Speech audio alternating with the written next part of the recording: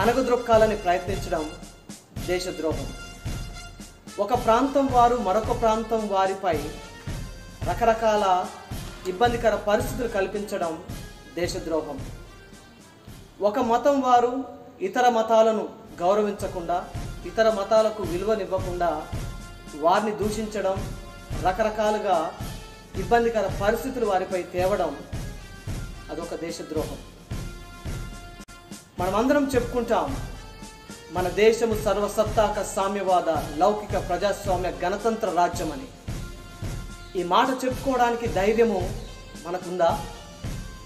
మనమందరం చెప్పుకుంటాం ఈ మాట, కానీ మనలో ఈ యొక్క పదం యొక్క, ఈ వాక్యం యొక్క అర్థము నిజంగా నిలిచి ఉందా, జీవించి ఉందా భారతదేశంలో?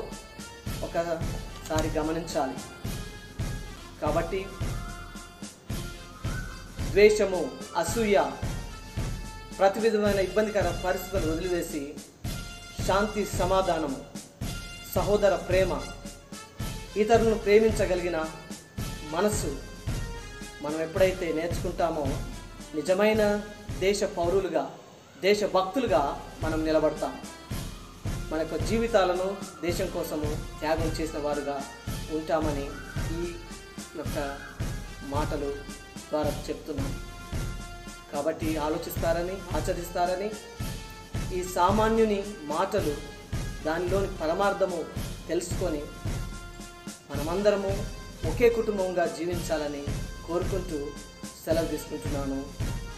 అందరికీ కృతజ్ఞతలు.